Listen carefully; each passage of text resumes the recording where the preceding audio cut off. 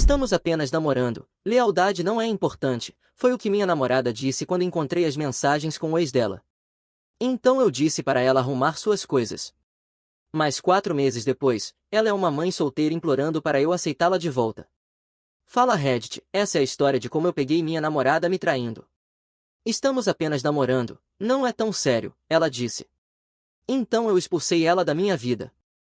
O ex dela veio buscá-la com as coisas, me dizendo que eu não a merecia. Mas a história melhora. Aqui está o que aconteceu 2 anos atrás. Eu, homem de 27 anos, achei que tinha ganhado na loteria. Nádia, mulher de 25 anos, era essa morena explosiva com uma risada que te fazia esquecer qualquer estresse. Ela se mudou para o meu apartamento depois de 6 meses, porque o aluguel era caro e já estávamos praticamente morando juntos de qualquer forma. Fez sentido na época. Minha hipoteca, meu nome em tudo, mas, bem, relacionamentos são sobre compartilhar, certo? Ela contribuía com talvez 30% das compras e das contas de utilidades, o que eu não me importava, porque ganho bem como engenheiro de software. Eu deveria ter prestado atenção em como ela falava do trabalho. Sempre reclamando que o chefe era injusto ou que as colegas eram invejosas. Sinal de alerta que eu completamente ignorei porque, você sabe, um belo corpo e uma boa comida tendem a nublar o julgamento. Eu estava pensando com a cabeça errada por cerca de 1 ano e meio. A vida era boa, muito boa. Ela preparava o jantar quando eu chegava em casa, maratonávamos séries da Netflix, fazíamos viagens de fim de semana para as montanhas. Aquela felicidade doméstica clássica. Coisa que deixa seus amigos casados com inveja e seus amigos solteiros revirando os olhos. Meu melhor amigo, Billy, costumava brincar que eu tinha sido domesticado, mas de um jeito bom. Mano, você parece feliz de verdade, ele dizia. É nojento. Billy é esse cara de 1,93 m, um urso que trabalha na construção civil e tem a maturidade emocional de um Golden Retriever. Ele também é o cara mais leal que conheço e não tem filtro algum, o que o torna perfeito para situações que exigem honestidade brutal. Cerca de 3 meses atrás, as coisas começaram a mudar. Nada dramático, só pequenas coisas que me faziam pensar estranho isso. Nádia começou a trabalhar até mais tarde com mais frequência. Não todas as noites, mas o suficiente para que eu chegasse em casa e a casa estivesse vazia, com comida chinesa sobrando que ela tinha pedido só para ela. Quando eu perguntava sobre o dia dela, ela dava respostas vagas como o de sempre, em vez da costumeira narração detalhada dos dramas do escritório. Ela também ficou super protetora com o celular. Antes deixava em qualquer lugar, agora estava sempre virado para baixo ou ia com ela até o banheiro.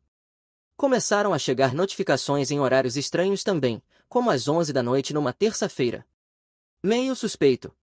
O mais estranho era como ela sorria enquanto digitava. Eu a via pelo canto do olho sorrindo para o celular, como se tivesse ganhado na loteria. E o sexo? Não vou fingir que era o mais importante, mas quando alguém passa de te agarrar 2 vezes por semana para agir como se você tivesse alguma doença, você percebe.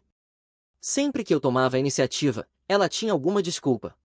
Tô cansada, tô me sentindo inchada, podemos só dormir abraçados hoje. A pior parte era como ela começou a falar comigo. Comentários pequenos e desprezíveis, que machucavam como cortes de papel. Eu sugeria um restaurante e ela dizia, esse lugar é tão básico. Eu contava algo do trabalho e ela ficava mexendo no celular, soltando distraídos, como se eu fosse ruído de fundo. Ela começou a criticar tudo o que eu fazia também. Dizia que minhas roupas eram sem graça, que meus amigos eram infantis, que meus hobbies eram chatos. Como se ela estivesse tentando desvalorizar tudo em mim para justificar o que quer que estivesse tramando. Mas como um idiota, achei que era só uma fase ruim. As pessoas ficam estressadas, certo? Talvez fosse o trabalho. Talvez ela precisasse de espaço. Talvez eu estivesse sendo grudento. Acontece que o problema não era eu. 3 semanas atrás, Nádia chegou em casa por volta das 9 da noite, parecendo que tinha passado por um furacão. Cabelo bagunçado, maquiagem borrada e aquele brilho pós-academia. O que era estranho, porque ela não tinha ido à academia. Dia difícil no trabalho, perguntei. Você não faz ideia, ela disse, indo direto para o banho. Ela deixou o celular no balcão da cozinha, virado para cima, desbloqueado. Agora, quero deixar claro, eu não sou do tipo que mexe no celular dos outros. Isso é comportamento de maluco. E sempre pensei que se você não confia no parceiro, não deveria estar com ele. Mas algo no meu instinto gritava que as coisas não estavam batendo. A notificação que apareceu confirmou isso e transformou minha desconfiança em alarme total. Dani, da próxima vez usa roupa vermelha. Você estava incrível hoje à noite. Dani, o ex-namorado dela da faculdade. Aquele que ela descreveu como um perdedor imaturo. Aquele com quem ela dizia não ter mais nenhum contato, porque quem tem tempo para drama com ex? Aparentemente, ela tinha tempo. Fiquei ali parado olhando para aquela mensagem. O chuveiro ainda estava ligado no andar de cima. Eu tinha talvez 10 minutos antes que ela descesse. Então sim, virei detetive. O que encontrei foram 2 meses de mensagens que pareciam um romance ruim. Conversas tarde da noite, fotos que não eram explícitas, mas definitivamente não eram inocentes. Encontros para tomar café e colocar o papo em dia, sempre nos horários em que eu estava no trabalho. As fotos eram a pior parte. Selfies com roupas que eu nunca tinha visto, tiradas em locais que eu não reconhecia. Fotos no espelho de um banheiro que definitivamente não era o nosso. E as respostas do Dani? Esse cara parecia estar amando, como se tivesse redescoberto o fogo. Mas o golpe mais duro foi ler como ela falava de mim. Nádia, ele é tão previsível, tipo, eu sei exatamente o que ele vai dizer antes mesmo dele dizer. Dani, ainda com um engenheiro chato. Nádia, por enquanto, é complicado. Dani, quando vai largar esse cara pra ficar com um homem de verdade? Nádia, logo. Só preciso resolver a logística. Por enquanto é complicado. 2 anos da minha vida reduzidos a um relacionamento condicional, com prazo de validade e logística, como se eu fosse uma transação comercial que ela precisava encerrar com cuidado. O chuveiro desligou. 20 minutos depois, ela desceu de roupão, com o cabelo enrolado em uma toalha, como se não tivesse acabado de discutir nosso relacionamento como se fosse um contrato de aluguel que ela talvez não renovasse. Oi, amor, disse ela, beijando minha bochecha. O que vamos jantar? Eu olhei para ela, olhei de verdade, e percebi que estava encarando uma estranha. Eu estava pensando que a gente deveria conversar, na verdade, eu disse. O rosto dela ficou tenso. Sobre o quê? Sobre o Dani. A cor sumiu do rosto dela como se alguém tivesse puxado o ralo. Por um segundo, ela pareceu assustada. Depois a máscara voltou. Dani? O que tem nele? Você me diz.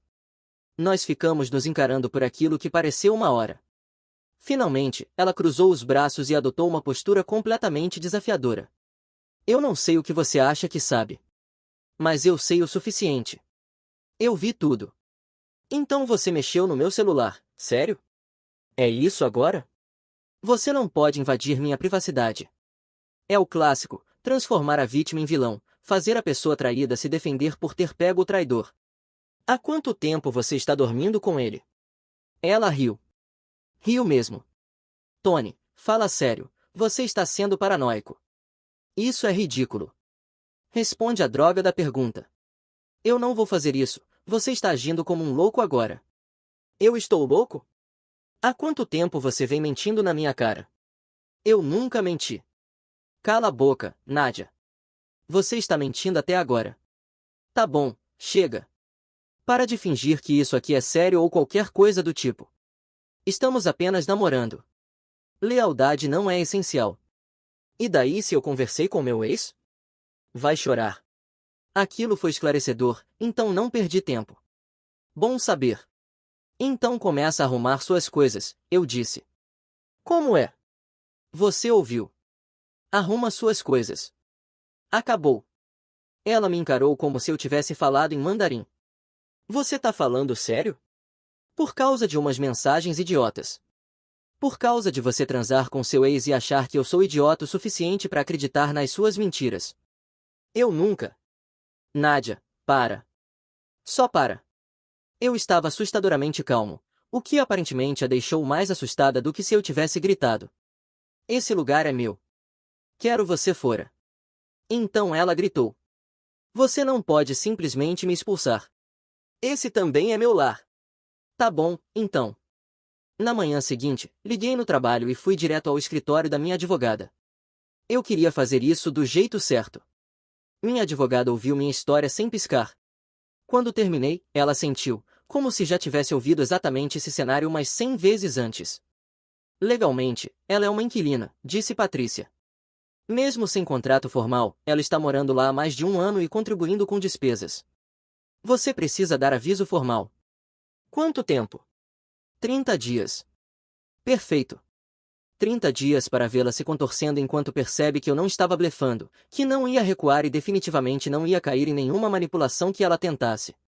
E se ela se recusar a sair? Perguntei. Ela sorriu. Não foi um sorriso agradável. Então a gente chama o xerife. Confia em mim, faço isso há 20 anos. Namoradas traidoras que acham que têm direito à moradia não são meu primeiro rodeio. Ela explicou todo o processo com o entusiasmo de quem realmente gosta de destruir as ilusões das pessoas mimadas. A beleza dessa abordagem, continuou Patrícia, é que é completamente à prova de bala. Ela pode gritar, chorar, ameaçar ou tentar negociar o quanto quiser.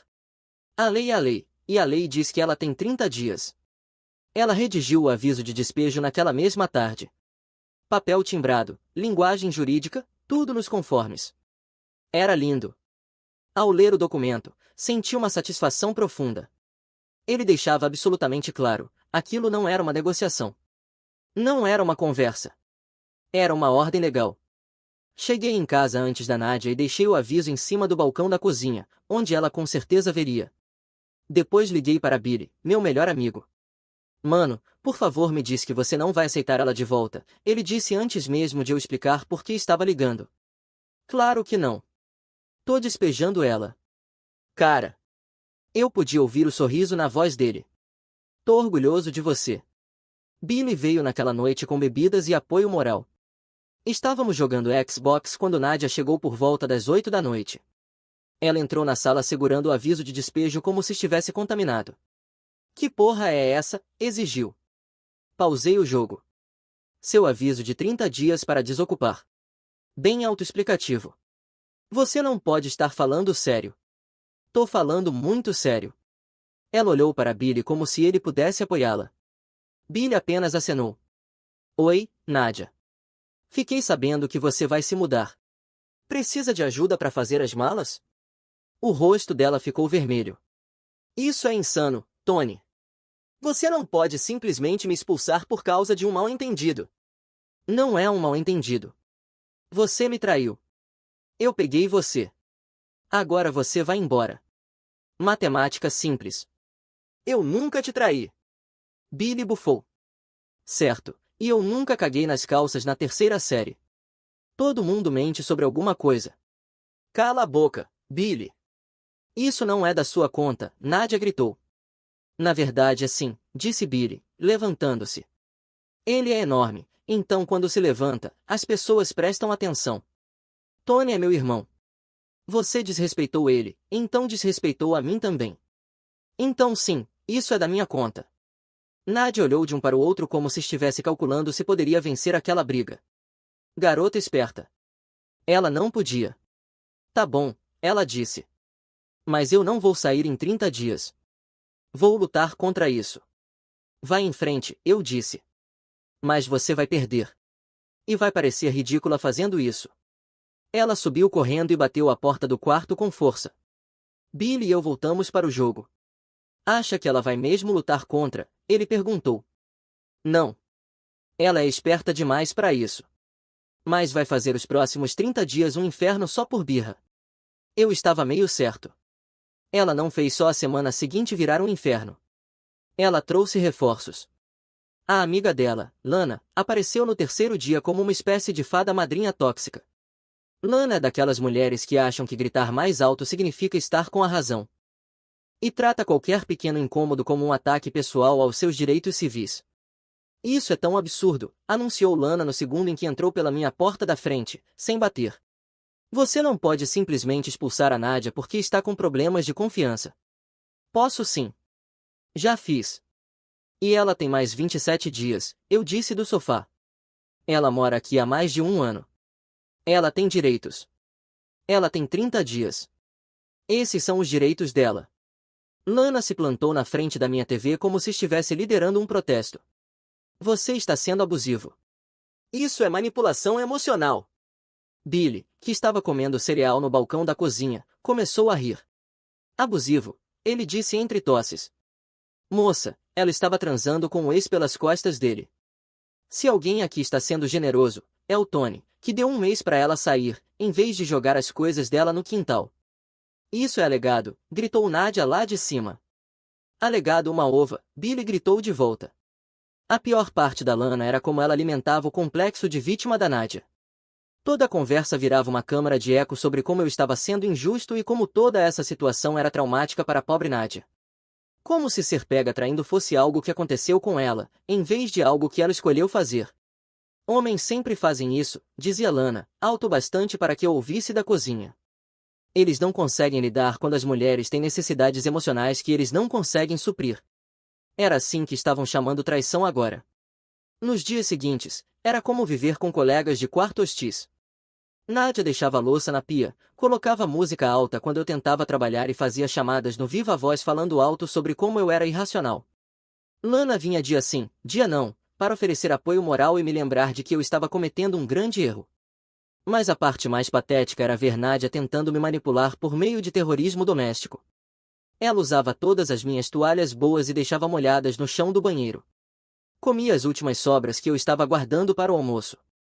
Mexia nas minhas coisas só o suficiente para ser irritante, mas não o bastante para ser considerado dano à propriedade. O pior foi quando ela tentou usar o sexo como arma.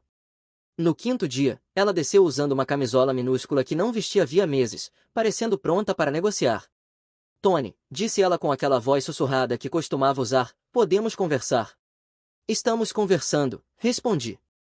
Ela sentou no sofá ao meu lado, tão perto que dava para sentir o perfume. Eu sei que você está bravo, mas talvez a gente possa resolver isso. Eu sinto sua falta. Foi patético. 25 dias, eu disse sem tirar os olhos do laptop. A máscara caiu. Você tá de sacanagem comigo agora? Não.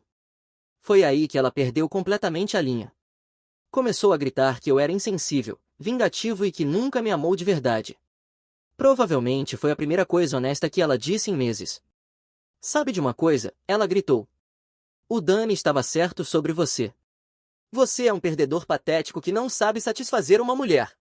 A pior parte da Lana era como ela continuava tentando negociar em nome da Nadia, como se isso fosse algum tipo de acordo comercial, e não as consequências das escolhas da própria Nadia. E se ela prometer ir para a terapia, sugeriu Lana uma noite, quando cheguei em casa e encontrei as duas tramando na minha cozinha outra vez. E se ela prometer cortar todo o contato com o Danny? E se ela te pagar de volta pelas contas que deve? Cada sugestão era mais desesperada que a anterior. Elas realmente pareciam acreditar que, se encontrassem a combinação certa de palavras, eu magicamente esqueceria a traição e deixaria Nadia ficar. Sabe o que, funcionária? Eu finalmente disse. Uma máquina do tempo. Fora isso, ela tem 21 dias. Eu chegava em casa e encontrava as duas sentadas à mesa da minha cozinha, planejando a defesa da Nadia como se isso fosse um processo judicial, e não apenas uma namorada traidora sendo expulsa da casa do cara com quem ela estava traindo. Você sabe do que se trata tudo isso, né? Disse Lana uma noite, quando entrei na sala e interrompi outra sessão estratégica delas. Ele está com ciúmes porque a Nadia é boa demais para ele. É, concordou Nadia. Ele sempre foi inseguro. Peguei uma bebida na geladeira e me encostei no balcão. Vocês têm razão, eu disse. Eu sou inseguro. Inseguro sobre se vocês vão sair daqui até o 30º dia ou se vou ter que chamar o xerife para remover vocês. Mas não se preocupem, estou preparado para os dois cenários. Isso calou a boca delas por uns 30 segundos. Você é um babaca, disse Nadia. Legal. 23 dias restantes. No 7º dia, já dava para ver que a realidade estava começando a bater. Nadia andava ligando para tudo quanto é lugar procurando apartamento. E aparentemente sair de casa com pouco aviso, sem ter o primeiro mês de aluguel mais o depósito guardado, é mais difícil do que parece. Quem diria? Ela tentou a abordagem da culpa. Não acredito que você está fazendo isso comigo. Achei que você me amasse. Quando isso não funcionou, tentou negociar. E se eu prometer nunca mais trair? A gente pode superar isso. Eu assino um acordo pré-nupcial quando a gente casar. Pois é, a esperta realmente disse isso. Quando isso também falhou, ela foi pro modo destruição total. Tudo bem, não preciso da sua caridade mesmo. Dani disse que eu posso ficar com ele. Bingo! Lá estava o plano B dela, exatamente no cronograma. No 10º dia, eu estava trabalhando de casa quando ouvi um carro entrando na minha garagem. Pela janela, vi um idiota num caminhonete levantada, com aqueles testículos falsos pendurados no engate. De muito bom gosto. Nádia estava fazendo as malas nos últimos 2 dias, sem pressa nenhuma, deixando claro quanto achava tudo isso injusto. Mas aparentemente o capitão Salvatralha tinha chegado para resgatá-la. Dani veio até a minha porta como se fosse dono do lugar. Tinha uns 20 e poucos anos, boné de beisebol virado para trás, aquele tipo de cara que acha que bermuda cargo é roupa social. Bateu na porta como se fosse a polícia. Eu abri e entendi na hora porque a Nádia o descrevia como imaturo.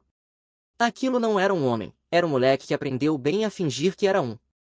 Você é o Tony, ele disse tentando soar intimidador. Depende. Quem tá perguntando? Sou o Dani. Vim buscar minha garota.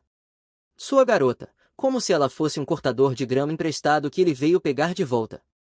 Legal. Ela tá lá em cima. Ele me olhou de cima a baixo como se estivesse avaliando a concorrência. Esse moleque provavelmente levanta 60 quilos num bom dia e acha que ter uma caminhonete levantado torna um alfa. Então você é o cara que estava cuidando da minha garota por 2 anos? Eu quase ri.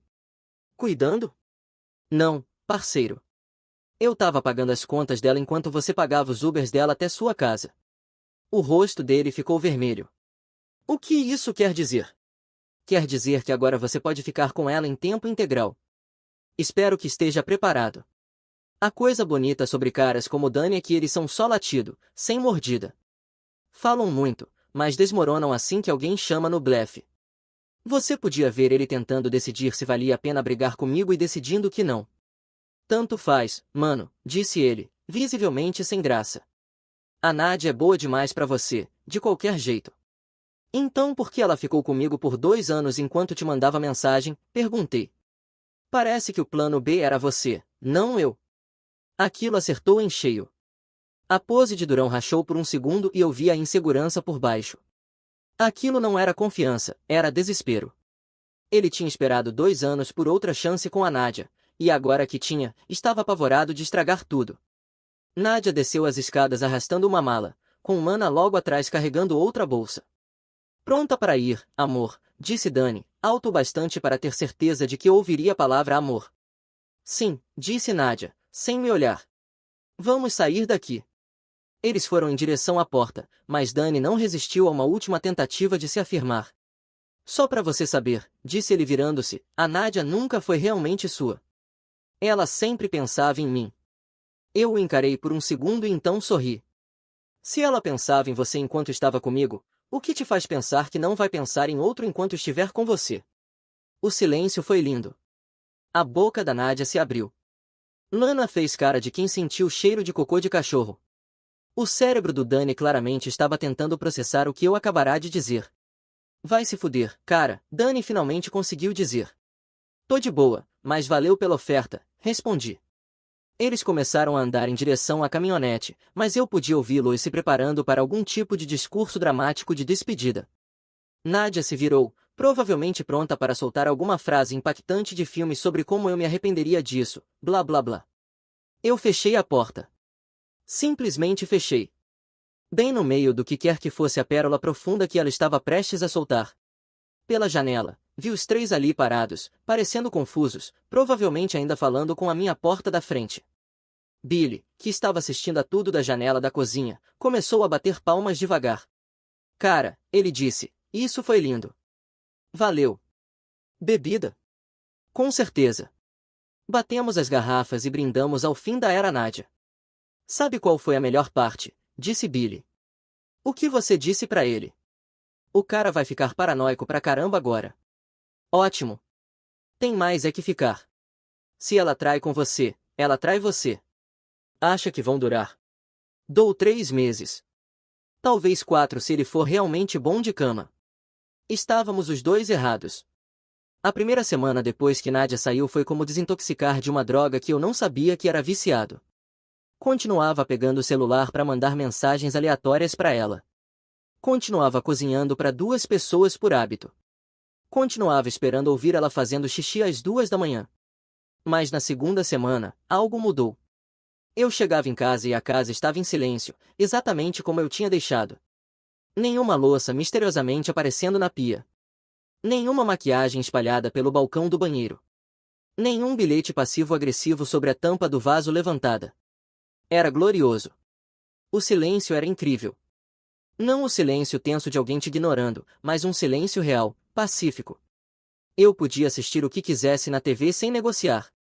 Podia jantar cereal sem ser julgado. Podia deixar minhas meias no chão por um dia sem começar a Terceira Guerra Mundial. Troquei as fechaduras no 12º dia. Repintei o quarto daquela parede de destaque roxa ridícula dela de volta para um bege humano normal. Comprei lençóis novos porque os antigos ainda cheiravam ao perfume dela, e à traição. Billy veio ajudar a mover os móveis de volta para onde eu queria, em vez de onde ficava melhor para a energia do ambiente ou qualquer outra baboseira de Feng Shui que a Nadia era obcecada. Cara, seu lugar finalmente parece que você mora aqui de novo, disse ele abrindo uma lata de refrigerante. Chega das almofadas em forma de gato. Elas eram decorativas, eu disse. Era um crime contra a masculinidade, retrucou ele. A melhor parte foi redescobrir minha própria rotina. Eu tinha esquecido quanto gostava do meu ritual matinal do café quando não precisava correr para se ajustar à agenda de outra pessoa. O quão satisfatório era preparar as refeições da semana sem ter que considerar os desejos aleatórios de alguém. O quão pacífico era ler um livro sem ouvir comentários de que meus hobbies eram chatos. No segundo mês, eu estava indo para a academia regularmente de novo. Não aquelas aulas de yoga em casal que a Nadia me arrastava, onde eu passava uma hora fingindo encontrar paz interior cercado por mães de classe média usando Lululemon. Treinos de verdade. Peso pesado. Do tipo que me deixava dolorido e satisfeito, em vez de apenas confuso sobre por que eu paguei $30 para me alongar. Minha carga no supino aumentou 9 quilos em 6 semanas. Acontece que, quando você não está estressado com dramas de relacionamento, você consegue realmente focar nos seus objetivos. Os boatos começaram a aparecer por volta da 6ª semana. Amigos em comum, que antes andavam pisando em ovos por causa do término, de repente se sentiram confortáveis para compartilhar o que estavam ouvindo por aí. Jéssica, do nosso grupo de amigos, foi a primeira a soltar a bomba. Nos encontramos por acaso no mercado e, depois do papo furado de sempre, ela soltou: soube da Nadia e do Dani. O que tem eles? Ele chutou ela depois de 3 semanas. Aparentemente, ela disse que estava grávida, e ele simplesmente sumiu. Mudou o número e tudo. Continuei escolhendo os abacates certos, mantendo a cara neutra. Difícil? Piora, ela continuou. Ela tentou se enfiar na casa de outros amigos, mas você conhece a Nadia. Cansaram dela rapidinho. A última que eu vi foi que ela voltou para a casa da mãe. A imagem mental da Nadia explicando para a mãe por que, aos 25 anos, estava voltando para o quarto de infância, era ao mesmo tempo patética e estranhamente satisfatória. Depois vieram as informações do Billy, que vinha conduzindo sua própria operação de inteligência, porque o homem ama uma fofoca mais do que uma adolescente. Mano, você não vai acreditar, ele disse numa noite em que saímos para comer frango. Lembra da Lana? Aquela amiga maluca da Nadia que ficava defendendo ela. Infelizmente. Pois é, aparentemente, a Nadia tentou ficar com ela depois que o Dani chutou ela. Durou exatamente 4 dias antes da Lana expulsar também. Algo sobre a Nadia comer toda a comida e nunca limpar nada. Chocante, né? Mas espera que tem mais. A Nadia anda mandando mensagem no Instagram para caras aleatórios, tentando achar alguém que cuide dela e do bebê. Tipo, mandando DM para caras do ensino médio perguntando se querem reconectar. A imagem mental da Nadia rolando desesperadamente pelos contatos atrás de seu próximo bilhete-refeição era ao mesmo tempo patética e estranhamente satisfatória. Não porque eu quisesse que ela sofresse, mas porque o karma sempre cobra suas dívidas. Você acha que esse bebê é real? Perguntei. 50% de chance. Ou ela tá grávida mesmo e tentando prender alguém, ou ela tá mentindo sobre estar grávida e tentando prender alguém. De qualquer forma, tá ferrada. 3 meses depois que a Nadia saiu, conheci a Kate numa cafeteria no centro. Ela estava sentada numa daquelas mesas de canto, laptop aberto, com cara de quem estava programando algo complexo ou planejando o crime perfeito. Ela tinha essa energia focada que era imediatamente atraente, tipo quem realmente tem a vida sob controle em vez de só fingir. Quando perguntei se podia dividir a mesa, o lugar estava lotado, ela olhou com aqueles olhos verdes incríveis e disse, claro, mas só avisando, estou depurando o código e meu monólogo interno é quase todo palavrão agora. Engenheira de software. Devia ter imaginado. Acabamos conversando por 3 horas. Ela era inteligente, engraçada e tinha esse hábito refrescante de dizer exatamente o que pensava, em vez de me fazer decifrar mensagens escondidas. Quando mencionei que tinha saído recentemente de um relacionamento longo, ela não ficou cutucando nem perguntando detalhes. Bom, ela disse. Recomeços são subestimados. E foi só isso. Nada de 20 perguntas sobre minha ex, nenhuma necessidade de saber o motivo do término. Nenhuma comparação estranha. Apenas aceitação e seguir em frente. O contraste foi inacreditável. Com a Nádia, toda a conversa era como andar num campo minado de gatilhos e significados ocultos. Com a Kate, conversar era fácil. Ela dizia algo engraçado e eu ria de verdade. Ela perguntava sobre meu trabalho e realmente escutava a resposta, em vez de só esperar a vez dela de falar. Começamos a sair regularmente. Encontros para tomar café viraram jantares, que viraram trilhas de fim de semana, onde ela me deixava para trás nas trilhas fazendo piadas sobre meu preparo físico de menino da cidade. Ela tinha o próprio apartamento, o próprio carro, a própria vida. E o melhor de tudo, Kate realmente gostava das coisas que eu gostava. Ela sugeria filmes de ficção científica que eu já queria assistir, sabia mais sobre cervejas artesanais do que eu e era ótima em debates sobre qual franquia era melhor, Star Wars ou Star Trek. Ela estava errada sobre Star Trek, mas eu podia conviver com isso. 4 meses depois da Nádia, percebi que não pensava mais nela fazia semanas. Não de forma amarga, nem com nostalgia, só, nada. Era como se meu cérebro finalmente tivesse atualizado o sistema operacional e deletado todos os arquivos corrompidos. Sabe o que é estranho? Eu disse pro Billy uma noite. Fico esperando sentir falta dela, mas simplesmente não sinto. Isso não é estranho, ele respondeu. Isso é crescimento. Você finalmente entendeu a diferença entre amar alguém e amar a ideia de alguém. Ele não estava errado. Eu tinha me apaixonado pela versão da Nádia que eu achava que existia. Aquela que era grata pela minha lealdade, em vez de tomá-la como garantida. Aquela que via minha estabilidade como uma vantagem, e não um tédio. Aquela que realmente queria construir algo comigo, em vez de só usar minha vida emprestada até aparecer algo melhor. Essa versão nunca existiu. E eu estava bem com isso. 6 meses depois da grande expulsão, nosso amigo em comum, Tyler, ia se casar. Conheci o cara desde a faculdade, então faltar no casamento não era uma opção. E além disso, a Kate estava deslumbrante com o vestido verde esmeralda que escolheu, e eu mal podia esperar para levá-la comigo. A cerimônia foi linda. Ao ar livre, clima perfeito, daquelas decorações dignas de Pinterest que te fazem acreditar no amor de novo. Kate e eu sentamos no fundo, de mãos dadas, enquanto Tyler prometia amar e cuidar de alguém que realmente merecia. Acha que um dia vai ser a gente lá, sussurrou Kate durante os votos. Se você jogar bem suas cartas, sussurrei de volta. Ela apertou minha mão e sorriu. E por um momento, eu até esqueci que casamentos são basicamente campos minados românticos para quem carrega bagagens emocionais. A recepção já estava a todo vapor quando eu a vi. Nádia estava sentada numa mesa no canto, usando um vestido preto claramente escolhido para tentar disfarçar a gravidez, que estava bem evidente. Ela parecia cansada, mais velha de algum modo, como se os últimos 6 meses tivessem envelhecido ela em anos de cachorro.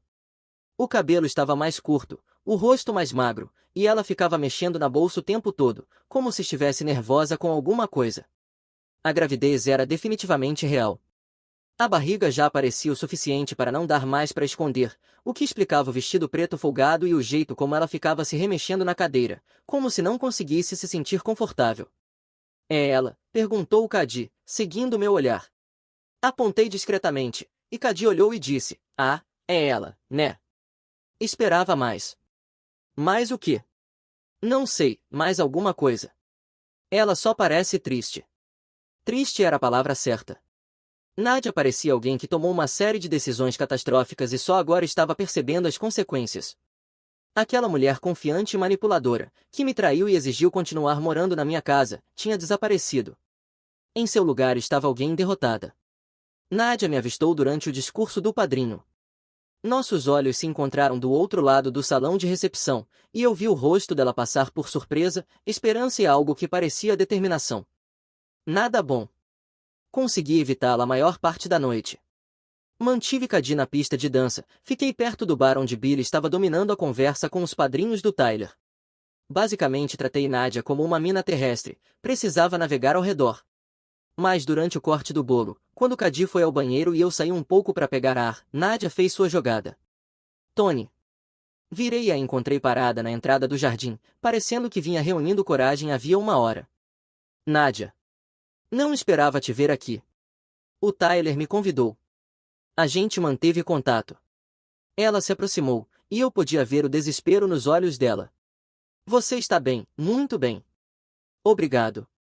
Tenho pensado em você. Em nós. Sei que estraguei tudo, mas... Nadia, não. Não existe nós, ponto. Por favor, só me deixe dizer isso. A voz dela tremeu. Eu cometi o maior erro da minha vida. O Danny não era nada. Só uma fantasia idiota que achei que queria. E agora eu tô grávida. E não é do Danny. Eu sei que parece estranho, mas você foi real. Foi bom pra mim. E eu sei que joguei tudo fora, mas podemos recomeçar. Com o bebê. Olhei pra ela, ali parada, agora grávida, implorando por uma segunda chance pro cara que ela traiu. 6 meses atrás, essa conversa teria me destruído. Agora parecia só um filme repetido. Sinto muito que as coisas não tenham dado certo pra você, eu disse. Elas podem dar certo pra nós dois. Eu sei que é complicado, mas podemos fazer funcionar. Você sempre disse que queria filhos um dia. Você tá falando sério, Nadia? Sim. A gente se amou. Podemos nos amar de novo. A ilusão era absurda. Ela realmente parecia acreditar que a gravidez tinha apagado o passado, que o desespero dela de alguma forma anularia 2 meses de traição e mentiras. Foi então que Cady apareceu ao meu lado, entrelaçando o braço no meu como se sempre pertencesse ali, e ela pertencia. Oi, amor, disse ela, me dando um beijo rápido na bochecha. Tudo certo. O rosto da Nadia ficou branco, depois vermelho, depois de uma cor que nem existe na natureza. Ela olhou Cady de cima a baixo, o cabelo perfeito, o vestido de grife, a confiança tranquila de quem nunca precisou implorar por nada. Você deve ser a Nadia, disse Cady com um sorriso agradável. Ouvi tanto falar de você. Quem diabos é você? A voz da Nadia ficou estridente. Sou Cady. Namorada do Tony. Namorada.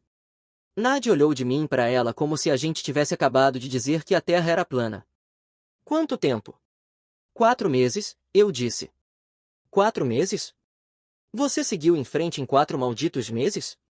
Eu segui em frente no dia em que te peguei me traindo. A compostura da Nadia desabou completamente. Isso é inacreditável. Infodidamente acreditável. Eu tô esperando um bebê, minha vida tá desmoronando, e você tá aí brincando de casinha com essa. Cuidado, disse Kate, ainda com voz gentil, mas com um tom que poderia cortar vidro. Você nem conhece ele, continuou Nadia, mais alto. Você não sabe como ele realmente é. Ele é entediante e previsível, e... Entediante e previsível soa terrível, interrompeu Cady, e eu o amo exatamente assim. O contraste era brutal. Nadia, desesperada e desleixada, implorando pelas sobras de um relacionamento que ela mesma destruiu. Cady, calma e confiante, defendendo aquilo que ela construiu. Era como ver o passado e o futuro lado a lado. Outros convidados começaram a perceber o clima. A nova esposa do Tyler olhou preocupada, provavelmente se perguntando se precisava chamar segurança. Foi então que Billy apareceu do nada, segurando 2 taças de champanhe e com sua expressão mais inocente. Nadia? Caramba! É você mesmo? Ele se aproximou com os braços abertos, como se fosse dar um abraço. Olha só pra você! Radiante! Nadia deu um passo para trás, instintivamente. Billy! Gravidez te caiu bem, viu? Você tá. Ele fez uma pausa, inclinando a cabeça pensativo. Exatamente como alguém que recebeu exatamente o que merecia. Então, num aparente acidente, que com certeza foi intencional, Billy tropeçou levemente e derramou champanhe bem na frente do vestido da Nadia. Ah, merda! Foi mal, disse alto. Deixa eu te ajudar com isso. Ele começou a secar o vestido dela com um guardanapo, piorando ainda mais a mancha enquanto se desculpava sem parar. Nádia foi forçada a aceitar a ajuda dele, ali parada, encharcada de champanhe, rímel escorrendo, dignidade completamente evaporada. Tá tudo bem, disse ela entre os dentes, tentando salvar um pouco da dignidade. Não, não, eu insisto, continuou Billy, piorando a mancha a cada toque. Tony, você tem água com gás? Isso aqui é um desastre. Cady pegou meu braço. Tony, quer pegar um ar? Saímos andando enquanto Billy continuava sua performance digna de Oscar tentando ajudar Nádia a limpar o vestido preto. Atrás de nós, eu ainda podia ouvir a voz da Nádia ficando cada vez mais aguda e desesperada, mas as palavras se perderam no som da música e das risadas de pessoas que realmente estavam se divertindo. Seu amigo é diabólico, disse Cady quando já estávamos longe o suficiente. Billy é um tesouro. Passamos o resto da noite dançando, rindo com os amigos e celebrando a felicidade do Tyler. Nádia saiu mais cedo, presumivelmente para ir para casa trocar o vestido encharcado de champanhe, e as expectativas destruídas. Nunca mais a vi depois daquela noite. E sinceramente, foi exatamente assim que eu quis que fosse. Minha família mandou mensagem dizendo que precisava de espaço de mim, por favor, não entre mais em contato de forma alguma. Meu tio fez as malas deles, eu apenas respondi, claro, vou cancelar meus depósitos diretos logo de manhã. À meia-noite, o fundo fiduciário da família estava congelado, o fundo de férias esvaziado, e os impostos sobre a herança voltaram a ser problema deles. No dia seguinte, minha irmã me ligou 13 vezes. Eu apenas enviei uma mensagem de volta, eu preciso de espaço de você. Oi Reddit, conta descartável por motivos óbvios. Isso aconteceu nos últimos 8 meses e ainda estou processando tudo, mas achei que vocês iriam apreciar a justiça feita aqui. Aviso justo, é uma história longa, mas confie em mim, vale a pena ler. Um pouco de contexto, eu, homem de 32 anos, ganho cerca de $165.000 por ano, mais bônus trimestrais que podem me levar bem acima de 200 mil em anos bons. Venho batalhando nessa indústria desde a faculdade, comecei como orçamentista júnior ganhando $35.000 até chegar a gerenciar projetos comerciais multimilionários.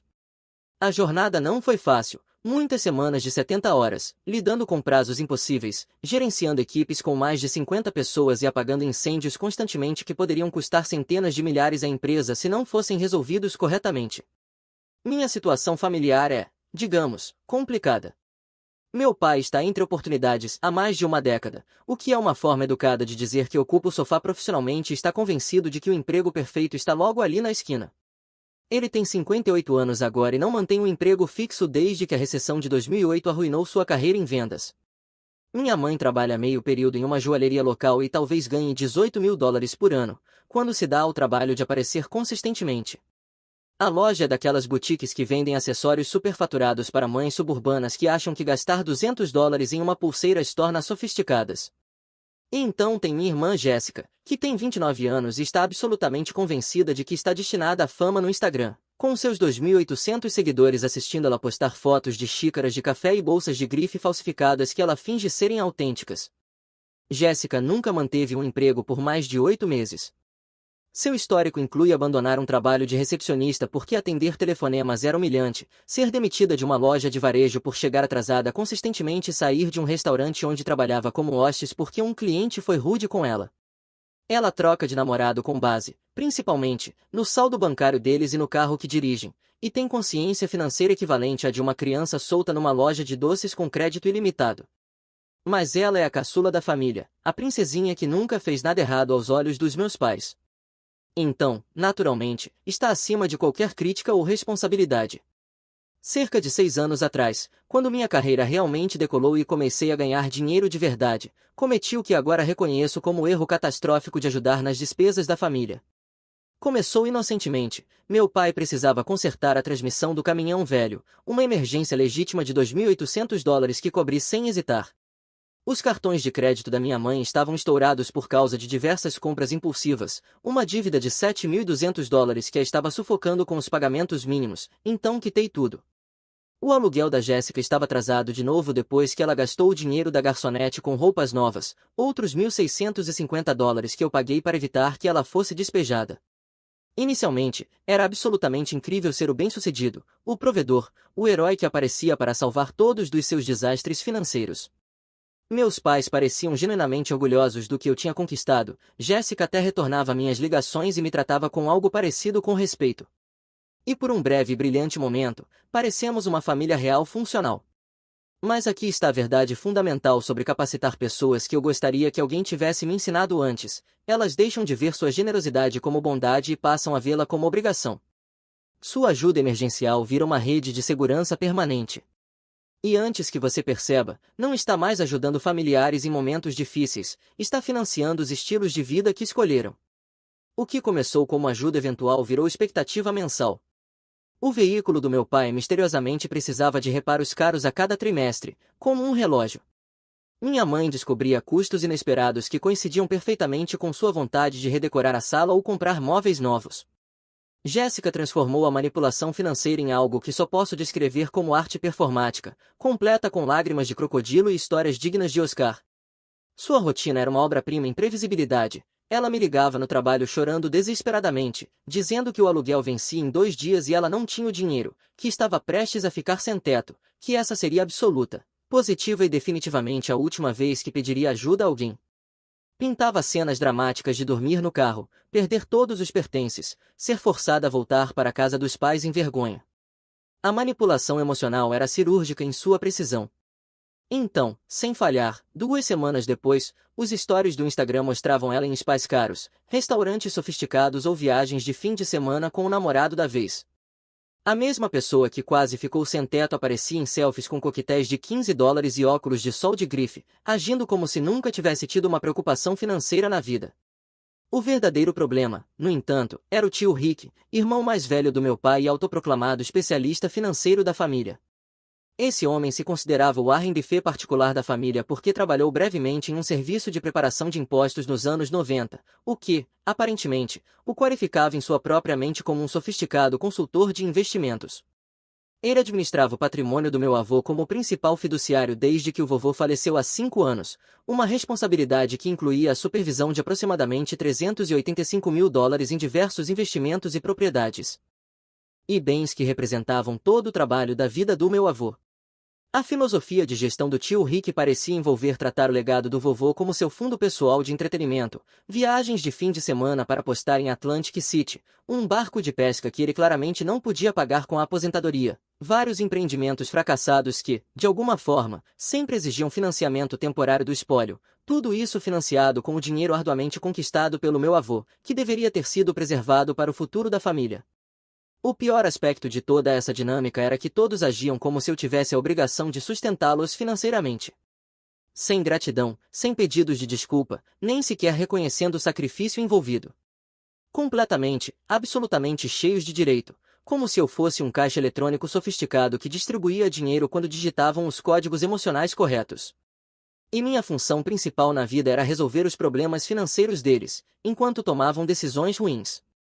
Lembro exatamente do momento em que percebi o quão profundamente eu havia caído nessa armadilha psicológica, o jantar de ação de graças do ano passado, no qual gastei quase $3.500 para organizar em um restaurante sofisticado, porque minha mãe queria criar memórias duradouras para a família. Estou sentado ali, observando Jéssica fotografar cada prato para o Instagram, incluindo a garrafa de vinho de $180 que eu havia comprado, ouvindo meu pai reclamar dos últimos problemas mecânicos do caminhão, veículo que eu ajudei a financiar, enquanto minha mãe planejava outra viagem cara ao México que, inevitavelmente, acabaria virando minha responsabilidade financeira. Jéssica olhou diretamente para mim com uma expressão casual e indiferente e disse: "David, você é incrivelmente sortudo. Não ter problemas reais para se preocupar deve ser absolutamente incrível. Ter todo esse dinheiro da construção civil e não precisar se estressar com nada. Sortudo. Como se meu sucesso tivesse se materializado do nada, como se eu não tivesse passado 15 anos trabalhando 65 horas por semana, lidando com prazos impossíveis, enfrentando insônia induzida por estresse e ansiedade, me atualizando constantemente sobre novas tecnologias e técnicas de gestão, só para minha própria irmã agir como se minhas conquistas de carreira fossem algum tipo de prêmio de loteria cósmica em vez de resultado de esforço sustentado e sacrifício. Aquele momento cristalizou minha necessidade de uma estratégia de saída. Eu só não sabia que teria que colocá-la em prática tão rápido. Foi aí que entrou meu melhor amigo, Dani, a única pessoa na minha vida que enxergou a manipulação da minha família desde o primeiro dia. Dani e eu nos conhecemos durante os cursos de engenharia na faculdade, inicialmente nos conectando através de sessões de estudo até tarde da noite e pela determinação compartilhada de ter sucesso, apesar de virmos de famílias que não podiam oferecer suporte financeiro. Enquanto eu acabei entrando na gestão de construção, Dani seguiu o caminho empreendedor e fundou uma pequena, porém cada vez mais lucrativa, empresa de consultoria especializada em otimização de sistemas de negócios e melhoria de processos para empresas de médio porte. Dani possui uma habilidade quase sobrenatural de detectar engano e manipulação, provavelmente desenvolvida durante sua infância difícil. Ele observava a dinâmica da minha família há anos, nunca hesitando em expressar suas preocupações sobre como me tratavam, embora sempre tomasse cuidado para apresentar suas observações como preocupação genuína em vez de crítica. Irmão, sua família te trata como uma linha de crédito ambulante, ele me dizia sempre que eu mencionava cobrir mais alguma despesa deles. Quando foi a última vez que algum deles perguntou sobre o seu bem-estar, seus níveis de estresse, seus objetivos de carreira, sem imediatamente seguir com um pedido de dinheiro? Eu sempre descartava os alertas dele, porque lealdade familiar parecia ser o mais importante e eu genuinamente acreditava que apoiá-los era o certo a se fazer. Mas Dani mantinha observações detalhadas sobre o padrão e esse cara realmente começou a rastrear todas as vezes que mencionei dar dinheiro a eles. Segundo seus cálculos, que ele me apresentou com a precisão de uma planilha, eu havia fornecido mais de $78.000 à minha família em apenas 3 anos. $78.000. Deixe isso assentar. Isso é mais do que muitas pessoas ganham em um ano inteiro. Simplesmente entregue a familiares que nunca demonstraram gratidão genuína e que constantemente mostravam que viam minha generosidade como um direito de nascimento. Eles estão te drenando sistematicamente, Dani insistiu durante nossa última conversa séria sobre a situação. E o pior, eles nem te respeitam por isso. Você não é mais o filho ou o irmão deles. Você é o benfeitor, o patrono, a rede de segurança financeira. Eles reduziram toda a sua identidade à sua capacidade de resolver os problemas de dinheiro deles. Dani tinha esse talento para a honestidade brutal, que era ao mesmo tempo útil e incrivelmente dolorosa de ouvir. Ele também possuía habilidades criativas de resolução de problemas e pensamento estratégico que se mostrariam absolutamente valiosas nos meses seguintes. Crescendo genuinamente pobre, não o pobre temporariamente desempregado como meu pai, mas pobre de verdade, de mãe solteira fazendo turnos duplos em vários empregos, Dani entendia exploração e manipulação quando via. Sua mãe criou 4 filhos com salários combinados de garçonete de restaurante e serviços de limpeza, depois que o pai os abandonou quando Dani tinha 11 anos. Ele financiou toda a sua educação universitária exclusivamente com bolsas acadêmicas e empréstimos estudantis. E trabalhando turnos noturnos em um posto de gasolina 24 horas, muitas vezes estudando entre os clientes às 3 da manhã. Então, quando ele viu minha família explorando sistematicamente o meu sucesso enquanto não contribuíam absolutamente com nada, isso o enfureceu genuinamente.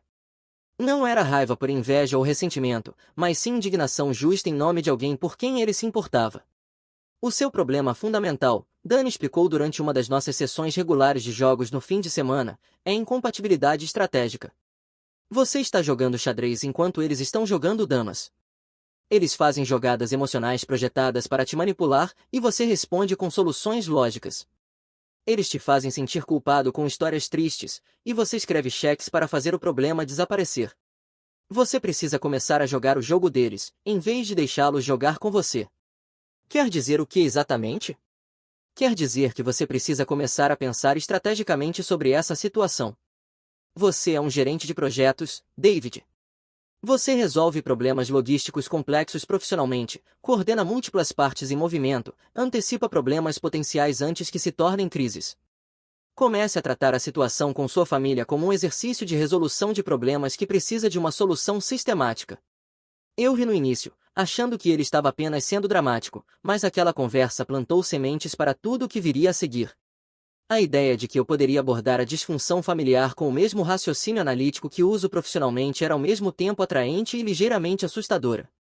2 semanas depois, tudo mudou para sempre com uma única mensagem de texto que alteraria o curso da minha vida. 22 de março, 4:12 da tarde. Lembro-me da hora exata porque estava revisando plantas arquitetônicas de um projeto comercial importante quando meu celular vibrou com uma mensagem em grupo que encerraria permanentemente meu relacionamento com minha família.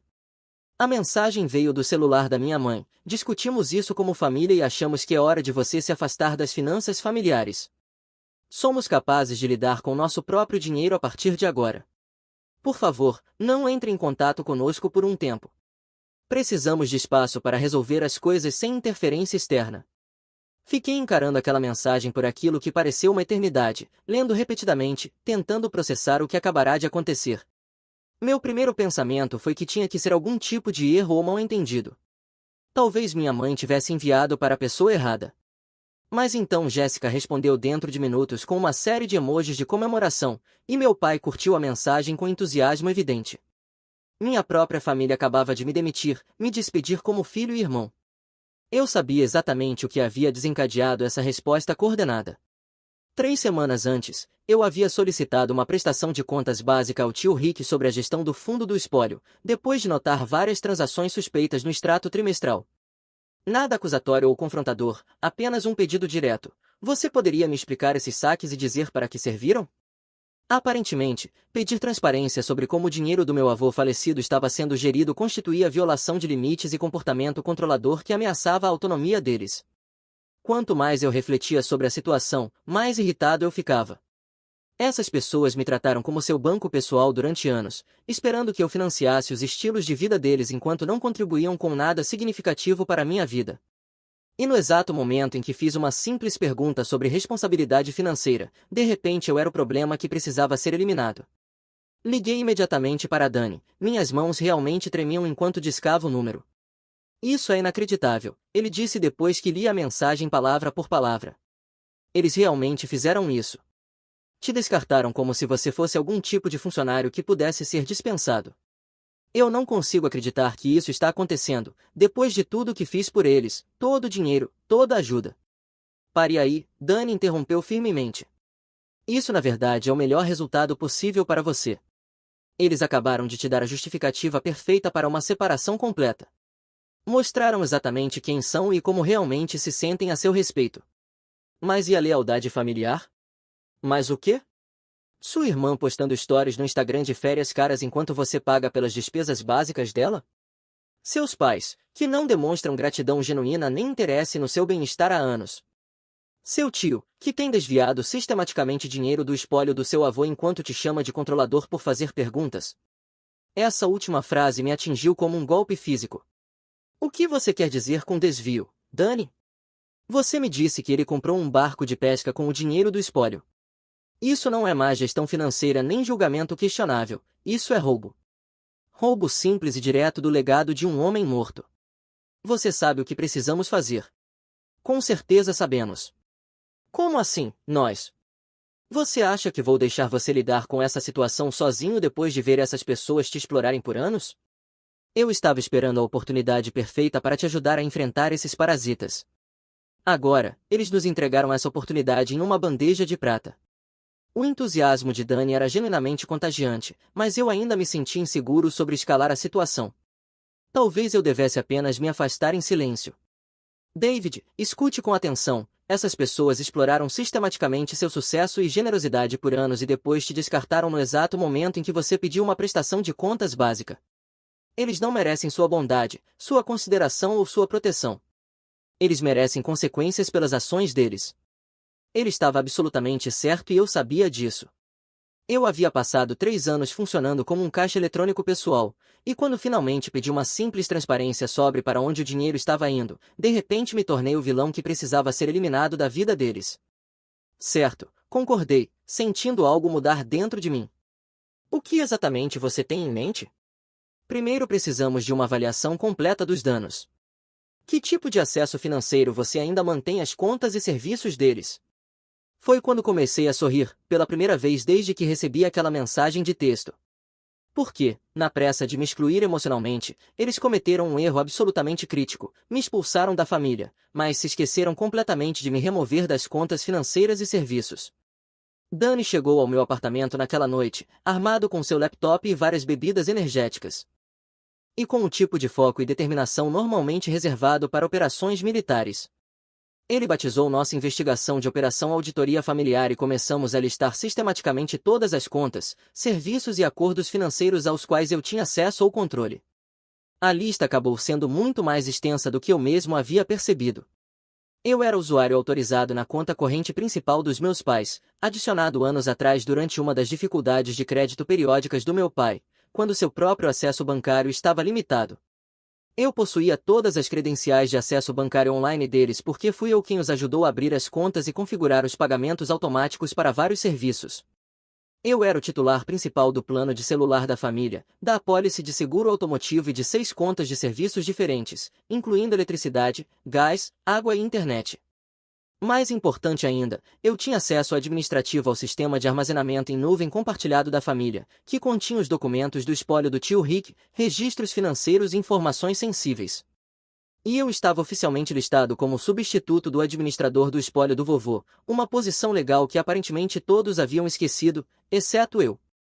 Isso aqui está absolutamente maravilhoso, disse Dani examinando os extratos bancários e históricos de transações na tela do laptop. Olha a bagunça completa que eles criaram. Os números superaram até mesmo minhas piores expectativas e medos. Apenas nos últimos 6 meses, o tio Rick havia retirado mais de 31 mil dólares das contas do espólio para diversas despesas pessoais. Meu pai havia deixado a conta corrente da família no negativo 11 vezes diferentes, gerando centenas de dólares em taxas. Minha mãe acumulou mais de 13.500 dólares em dívidas no canal de compras domésticas, espalhadas por vários cartões de crédito. Mais chocante ainda, Jéssica estava usando um cartão de crédito que, de alguma forma, estava vinculado à minha linha de crédito principal, realizando cobranças sistemáticas em lojas de grife, restaurantes caros, tratamentos de spa e artigos de luxo sem o meu conhecimento ou consentimento. David, ela literalmente está roubando de você há meses, disse Dani enquanto percorria registros intermináveis de transações. Olha esse padrão, 750 dólares na Louis Vuitton, 1.100 dólares em alguma boutique do centro, 420 dólares por um único brunch, 280 dólares em massagem terapêutica. Ela está vivendo como uma verdadeira realeza, totalmente com seu crédito, enquanto finge estar em dificuldades financeiras. Mas o verdadeiro tesouro foi a má administração sistemática do espólio pelo tio Rick. Dani comparou metodicamente os documentos originais do fundo fiduciário e os requisitos legais com o histórico real de transações, construindo um caso irrefutável de má conduta financeira. David, isso não é apenas má gestão financeira ou decisões duvidosas, isso é fraude direta, apropriação indébita e violação do dever fiduciário.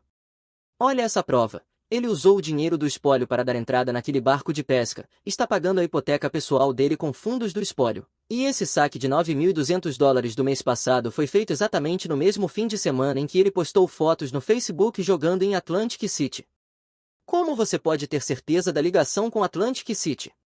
Dani abriu o perfil do tio Rick nas redes sociais com a expressão satisfeita de um detetive solucionando um caso de assassinato. Porque o nosso gênio postou várias fotos de si mesmo no Cassino Borgata, com carimbos de horário e marcação de localização.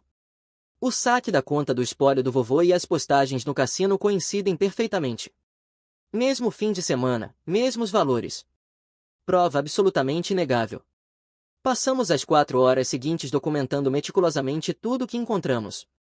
Dani criou uma pasta segura no servidor privado dele, sistematicamente, fez upload de cópias de cada extrato bancário, cada transação suspeita, cada registro, cada pedaço de evidência que conseguimos localizar.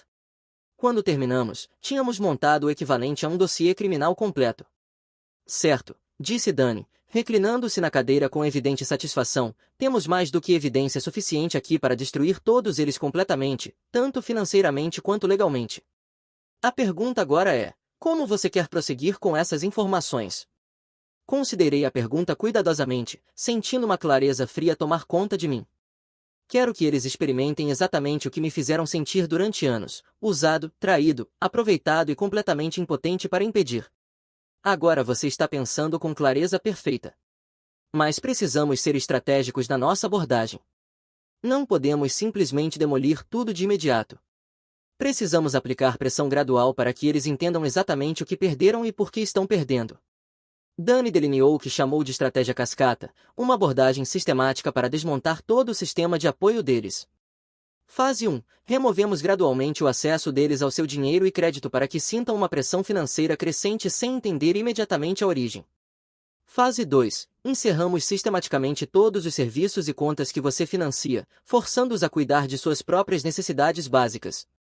Fase 3. Expomos a fraude do tio Rick às autoridades legais competentes e deixamos o sistema de justiça criminal lidar com as consequências. E quanto a Jéssica especificamente? O sorriso de Dani se tornou absolutamente diabólico. Ah, eu tenho planos muito especiais para sua querida irmã. Ela construiu todo esse estilo de vida falso com seu dinheiro enquanto te tratava como lixo. Está na hora dela aprender o que é a realidade. Decidimos começar pequeno e construir o impulso gradualmente. O primeiro passo foi ligar para a operadora de celular e remover toda a minha família do meu plano de serviço. Sem aviso, sem explicação, sem oportunidade de fazer novos arranjos. Os celulares simplesmente pararam de funcionar no meio de conversas. Em menos de 3 horas, eu já havia acumulado 20 chamadas não atendidas e mais de 40 mensagens de texto de vários membros da família, desesperados tentando entender por que seus telefones haviam parado de funcionar de repente. As mensagens variavam entre confusas: você esqueceu de pagar a conta de celular, a exigentes, conserte isso imediatamente, até genuinamente desesperadas, eu preciso do meu celular para aplicativos de trabalho, David. Eu ignorei cada uma das mensagens e ligações. O próximo passo foi remover-me como usuário autorizado de várias contas de utilidade pública, eletricidade, gás, serviço de internet, água, tudo que vinha sendo pago automaticamente com meu cartão de crédito para a conveniência deles. Cancelei metodicamente esses arranjos de pagamento e notifiquei formalmente as companhias de serviços que eu não era mais financeiramente responsável por essas contas. A verdadeira beleza dessa abordagem, explicou Dani com visível apreciação pela estratégia, é que eles não podem te culpar diretamente por esses problemas. Parece ser apenas uma questão de faturamento normal e interrupções de serviço, não sabotagem intencional. Eles terão que resolver cada problema individualmente, sem entender o padrão maior. O terceiro movimento foi o seguro automotivo. Toda a minha família estava usando minha pólice abrangente porque as tarifas de grupo eram significativamente mais baratas para todos os envolvidos. Liguei para minha corretora de seguros e removi todos eles da cobertura com efeito imediato. Foi quando as coisas começaram a ficar realmente interessantes. Meu pai estava dirigindo até a loja de ferragens na tarde seguinte quando foi parado pela polícia por uma infração de trânsito rotineira, registro do veículo vencido. O que deveria ter sido apenas um aviso simples virou um completo pesadelo quando o policial verificou as informações e descobriu que o veículo estava completamente sem seguro. O resultado, uma multa de $450, apreensão imediata do veículo e suspensão da carteira de motorista até que fosse apresentada prova de cobertura válida. Meu pai me ligou absolutamente furioso, gritando sobre erros da seguradora e exigindo que eu consertasse a situação imediatamente. Deixei todas as chamadas irem direto para a caixa postal. Enquanto isso, Jéssica estava descobrindo que seu passatempo favorito, estourar cartões de crédito com compras de luxo, havia se tornado impossível de repente.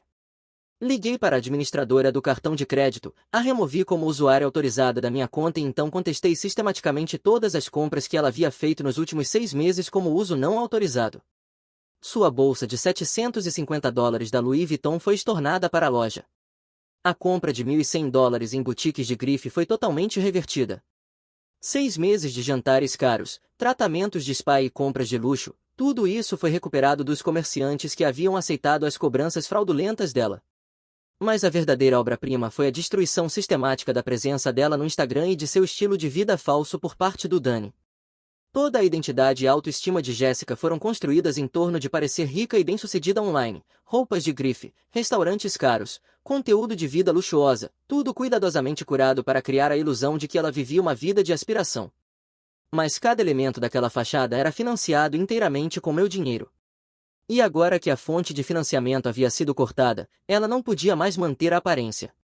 Dani, sendo o gênio estratégico que é, vinha capturando capturas de tela das postagens dela há meses, construindo um arquivo abrangente de seu estilo de vida falso. Quando ela começou a postar conteúdo defensivo sobre haters invejosos tentando arruinar sua vida, ele criou várias contas anônimas nas redes sociais e começou a comentar nas postagens com provas fotográficas e documentação. Garota, essa não é exatamente a mesma bolsa da Louis Vuitton que você devolveu à loja na semana passada, acompanhado de uma captura de tela dela no balcão de atendimento ao cliente. Adorando esse estilo de vida de designer. A propósito, como anda a pontuação de crédito do seu irmão, com uma imagem das cobranças não autorizadas? Esses tratamentos de spa parecem incríveis, deve ser ótimo ter dinheiro da família para bancar um estilo de vida de luxo, com documentação das despesas contestadas. Foi absolutamente lindo de assistir. A seção de comentários do Instagram dela se transformou em um campo de batalha enquanto os seguidores começavam a questionar se algum aspecto de sua vida era autêntico. Sua contagem de seguidores caiu 45% em apenas 2 semanas, à medida que as pessoas percebiam que estavam seguindo uma completa farsa. Mas ainda estávamos apenas começando com as consequências sérias. Enquanto estrangulávamos metodicamente as finanças do dia a dia deles, Dani e eu estávamos simultaneamente preparando a opção nuclear, expor a fraude sistemática do tio Rick às autoridades legais competentes. Lembra da posição de substituto de administrador que mencionei no espólio do vovô? Esse papel carrega autoridade e responsabilidade legal sérias, especialmente quando o administrador principal está claramente se apropriando de fundos e violando seus deveres fiduciários com os beneficiários. Dani me ajudou a pesquisar os requisitos legais específicos para denunciar má conduta de um administrador fiduciário e, juntos, montamos um dossiê completo que faria qualquer promotor ficar genuinamente empolgado: registros bancários, recibos, postagens em redes sociais, extratos de cartão de crédito, padrões de comportamento documentados, tudo necessário para provar além de qualquer dúvida razoável que o tio Rick vinha saqueando sistematicamente o espólio para uso pessoal por um período prolongado. Mas antes de soltar essa bomba legal, queríamos dar à minha família uma última oportunidade de revelar seu verdadeiro caráter e prioridades. Escrevi cuidadosamente um e-mail formal para o grupo da família, com uma linguagem profissional e completamente razoável. Olá a todos. Estive revisando documentos financeiros relacionados ao espólio do vovô e notei várias irregularidades que exigem investigação. Como administrador substituto, sou legalmente obrigado a examinar essas questões. Tio Rick, você poderia, por favor, fornecer documentação detalhada sobre os seguintes saques das contas do espólio, seguido por uma lista abrangente de 18 transações suspeitas totalizando mais de $52.000. A resposta foi imediata, coordenada exatamente como Dani e eu prevíamos. Tio Rick, você não tem absolutamente nenhuma autoridade para questionar minhas decisões ou a gestão deste espólio. Tenho lidado com essas responsabilidades perfeitamente bem sem sua interferência ou microgerenciamento. Pai, David, você está completamente fora de linha aqui. Rick sabe exatamente o que está fazendo e não precisa justificar suas decisões para você. Mãe, é exatamente por isso que dissemos que precisávamos de espaço de você. Você está sendo controlador, desrespeitoso e completamente inadequado. Jéssica, meu Deus, você pode simplesmente deixar todo mundo em paz por uma vez? Você é tão obcecado por dinheiro e controle, é realmente assustador. Nenhum membro da família abordou a questão real sobre o dinheiro desaparecido. Nenhum expressou qualquer preocupação sobre possível fraude ou má administração do legado do vovô. Eles simplesmente se fecharam em torno de Rick e me atacaram por fazer perguntas legítimas sobre irregularidades financeiras documentadas. Absolutamente perfeito, disse Dani quando mostrei a ele as respostas. Eles acabaram de fornecer tudo o que precisamos para provar que isso não é drama familiar ou conflitos pessoais. É comportamento financeiro criminoso que todos estão ajudando a encobrir. Naquela mesma tarde, protocolei queixas formais no gabinete do Procurador-Geral do Estado, alegando má conduta do administrador, violação do dever fiduciário e possível apropriação indébita. Também enviei cópias completas da nossa documentação ao promotor público local e à Divisão de Investigação de Fraudes do IRS. Quanto tempo até eles perceberem o que está acontecendo? Perguntei a Dani. Com base na minha experiência com esses casos, o tio Rick vai receber uma ligação muito desagradável de um advogado do governo dentro de 48 horas. Eles levam fraude contra o espólio extremamente a sério, especialmente quando há esse nível de documentação e evidência. A previsão de Dani se mostrou absolutamente correta. Exatamente 2 dias depois, meu pai me ligou em completo pânico. David, o que você fez? A polícia quer entrevistar o Rick sobre a gestão do espólio, eles congelaram todas as contas, sua mãe está completamente histérica e nós não sabemos o que está acontecendo. Denunciei suspeita de fraude às autoridades legais competentes, respondi calmamente. Sabe, exatamente como sou legalmente obrigado a fazer como administrador substituto quando descubro evidência de má conduta. Mas o Rick disse que os saques eram todos legítimos. Pai, o Rick roubou mais de $52.000 do espólio do vovô para comprar um barco e financiar seu vício em jogos. A polícia não congelou as contas porque eu estou sendo vingativo. Eles as congelaram porque o tio Rick cometeu múltiplos crimes e violou suas responsabilidades legais como administrador fiduciário. Silêncio total do outro lado da linha. Precisamos realmente conversar sobre essa situação, disse meu pai finalmente. Não, realmente não precisamos. Você deixou muito claro que queria que eu me afastasse das finanças da família. Missão cumprida. Desliguei o telefone e o desliguei por completo, sentindo um profundo senso de satisfação. Na manhã seguinte, Dani me acordou com a notícia de que o tio Rick havia sido preso em casa e acusado de múltiplas acusações de fraude contra espólio, apropriação indébita e violação do dever fiduciário.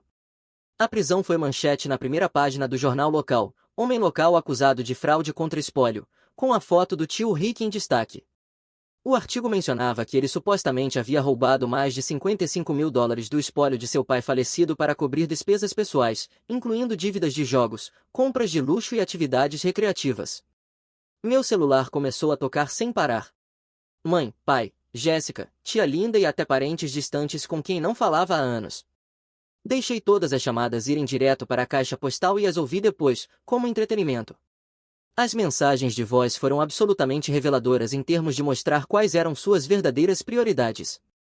Mãe, chorando histericamente, David, por favor, me ligue de volta imediatamente.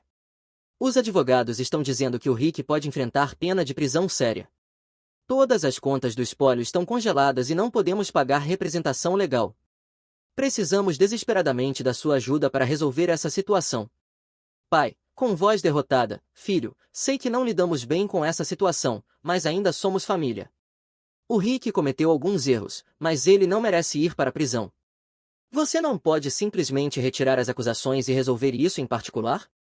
Jéssica, em pânico e desesperada, David, isso é completamente insano. O tio Rick não é um criminoso, ele só tomou algumas decisões financeiras ruins. Além disso, todas as minhas coisas foram confiscadas e meu crédito está completamente arruinado, eu nem consigo comprar mantimentos. Você tem que consertar essa bagunça. A mensagem mais reveladora veio da tia Linda, esposa do tio Rick. David, não sei o que você acha que está conquistando com isso, mas está destruindo sistematicamente toda essa família. O Rick é, no fundo, um bom homem que cometeu alguns erros. Se você tivesse alguma decência ou lealdade familiar, estaria nos ajudando em vez de nos atacar no momento em que estamos mais vulneráveis. Dani e eu ouvimos todas as mensagens de voz enquanto jogávamos videogame e comíamos comida por entrega, maravilhados com a total incapacidade deles de aceitar responsabilidade por suas ações. Eles ainda não entenderam o que está acontecendo, observou Dani com evidente diversão. Eles não estão se desculpando por te tratarem mal ou reconhecendo a exploração. Estão com raiva porque, finalmente, suas ações têm consequências. Devo responder a algum deles? Absolutamente não, pelo menos por enquanto. Deixe-os marinando nessa situação por mais um tempo. Eles precisam entender completamente que a vida antiga deles, de te usar, acabou por completo antes que possam estar minimamente preparados para uma mudança genuína. O conselho de Dani provou estar absolutamente certo. Nas semanas seguintes, o alcance total da dependência financeira deles em relação a mim tornou-se dolorosamente evidente para todos os envolvidos. Sem meu crédito e minha renda sustentando os estilos de vida que haviam escolhido, tudo começou a desmoronar de maneira espetacular. O caminhão do meu pai foi apreendido porque ele não conseguiu pagar as prestações mensais sem minha ajuda financeira. Minha mãe teve que cancelar a viagem planejada para o México e pegar turnos extras na joalheria para cobrir despesas básicas. Jéssica foi forçada a se mudar de volta para a casa dos meus pais porque não conseguia pagar o aluguel nem as despesas básicas de vida. E os sonhos de Jéssica de se tornar influenciadora no Instagram morreram completamente quando os oficiais de cobrança recuperaram todos os seus itens de grife falsificados. A casa que eles estavam alugando? Acontece que eu era consignatário daquele contrato de aluguel há 2 anos. Quando me removi formalmente do contrato, o proprietário revisou a renda real deles e decidiu que era insuficiente para manter a propriedade.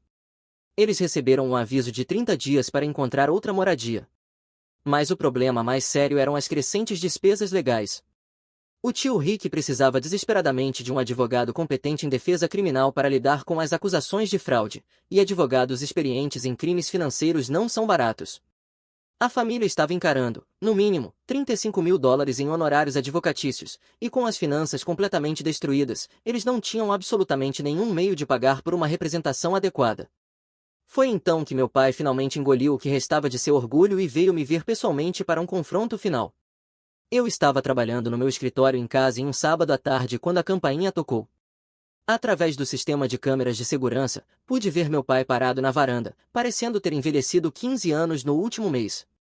Ele usava uma camisa amassada que provavelmente não era lavada há dias, seu cabelo estava completamente desgrenhado, e toda a sua postura gritava derrota. Uma transformação dramática daquele homem que costumava me dar sermões sobre responsabilidades familiares e saber o seu lugar. Deliberadamente o deixei ali por 10 minutos inteiros antes de abrir a porta, observando pela câmera enquanto ele se mexia nervosamente e ensaiava o discurso que havia preparado. David, ele disse quando finalmente abri a porta, a voz mal passando de um sussurro, por favor, precisamos realmente conversar. Sobre o que especificamente? Sobre o Rick? Sobre a situação da família? Sobre o quão errados fomos em tudo. Permiti que ele entrasse na sala de estar, mas deliberadamente não oferecia assento nem qualquer cortesia. Ele ficou de pé, desconfortável, olhando em volta para meus móveis bonitos, eletrônicos caros e estilo de vida bem-sucedido, todas as coisas que eu podia pagar porque não estava mais sustentando outros 4 adultos. Nós estragamos tudo completamente, ele disse finalmente, a voz embargada pela emoção. Todos nós. Te tratamos terrivelmente por anos, nos aproveitamos do seu sucesso e generosidade. Quando você tentou nos responsabilizar pelas nossas ações, te descartamos como se você não importasse para nós. Ok. E estamos genuinamente arrependidos. Profundamente, sinceramente arrependidos. Sabemos que não merecemos seu perdão depois de tudo o que fizemos, mas estamos pedindo mesmo assim, porque estamos absolutamente desesperados. Quão desesperados estamos falando? Os ombros do meu pai caíram sob o peso da confissão. Vamos perder a casa em 2 semanas. Rick está enfrentando de 5 a 10 anos em uma prisão federal, a menos que possamos pagar por uma boa defesa legal. Sua mãe está fazendo turnos duplos e está fisicamente e emocionalmente esgotada. Jéssica está falando em se mudar para Las Vegas para trabalhar como garçonete de coquetéis porque não consegue encontrar outra forma de ganhar dinheiro com o crédito dela destruído. Quase ri alto com esse último detalhe. Jéssica, que sempre achou que era sofisticada e especial demais para empregos comuns, estava prestes a aprender exatamente como o mundo funciona para quem não tem dinheiro de família para se apoiar. Tudo isso parece um monte de problemas que não são meus para resolver, eu disse, de forma direta. Você está absolutamente certo. Não são seus problemas. Mas estamos esperando que talvez você esteja disposto a nos ajudar a resolvê-los mesmo assim, apesar de tudo o que fizemos. E por que exatamente eu faria isso? Meu pai me olhou diretamente nos olhos pela primeira vez desde que chegou. Porque você é, fundamentalmente, uma pessoa melhor do que qualquer um de nós. Porque, mesmo depois de tudo o que fizemos com você, ainda é a única pessoa nesta família com integridade e recursos para nos salvar das consequências das nossas próprias ações. E o que exatamente você está me pedindo? Nos ajude a pagar o advogado de defesa criminal do Rick. Nos ajude a encontrar um novo lugar para morar que possamos realmente pagar. Talvez, se você puder encontrar isso no seu coração, nos deixe voltar para a sua vida e tentar reconstruir algum tipo de relacionamento. Fingi considerar o pedido por um longo momento, observando a esperança brilhar nos olhos dele. Não. David, por favor. Não. Você não pode passar 3 anos me tratando como um caixa eletrônico pessoal, me cortar da família quando faço perguntas básicas sobre responsabilidade financeira, e depois voltar rastejando, implorando por ajuda quando suas vidas desmoronam. Não é assim que as coisas funcionam. Mas nós pedimos desculpas e estamos realmente arrependidos. Vocês pediram desculpas porque estão desesperados e precisam de dinheiro, não porque realmente se arrependem de como me trataram. Se o tio Rick não tivesse sido preso, se suas finanças não tivessem desabado, se ainda pudessem bancar o estilo de vida de vocês sem minha ajuda, vocês estariam aqui se desculpando? Ou ainda estariam me tratando como o decepcionante da família que faz perguntas inconvenientes? Meu pai não respondeu, porque ambos sabíamos a verdade. Aqui está exatamente o que vai acontecer, continuei com absoluta firmeza. O tio Rick vai se declarar culpado e cumprir pena significativa de prisão porque é um criminoso que roubou sistematicamente dinheiro do espólio de seu pai falecido. Você e a mamãe vão se mudar para uma moradia que realmente possam pagar com sua renda combinada. Jéssica vai arrumar um emprego de verdade e aprender como o mundo realmente funciona para pessoas que não têm dinheiro de família para subsidiar suas escolhas de vida. E todos vocês vão viver com as consequências a longo prazo de terem me tratado como lixo durante anos. E você, nisso tudo? Meu pai perguntou, em voz baixa. Eu? Eu vou continuar vivendo minha vida cercado de pessoas que realmente me valorizam como pessoa, em vez de me enxergar como um caixa eletrônico com pernas. Começando por Dani, que tem sido mais irmão para mim do que minha própria família jamais foi. Como se tivesse sido ensaiado, Dani entrou pela porta naquele exato momento, carregando comida para nossa sessão de videogame. Ah, olá, Sr. Svanson, disse Dani com uma alegria obviamente sarcástica. Como está indo toda a situação de falência familiar? O rosto do meu pai ficou vermelho como um tomate, de vergonha e raiva, mas ele não disse uma única palavra em resposta. Apenas se virou e saiu da minha casa, provavelmente pela última vez em sua vida.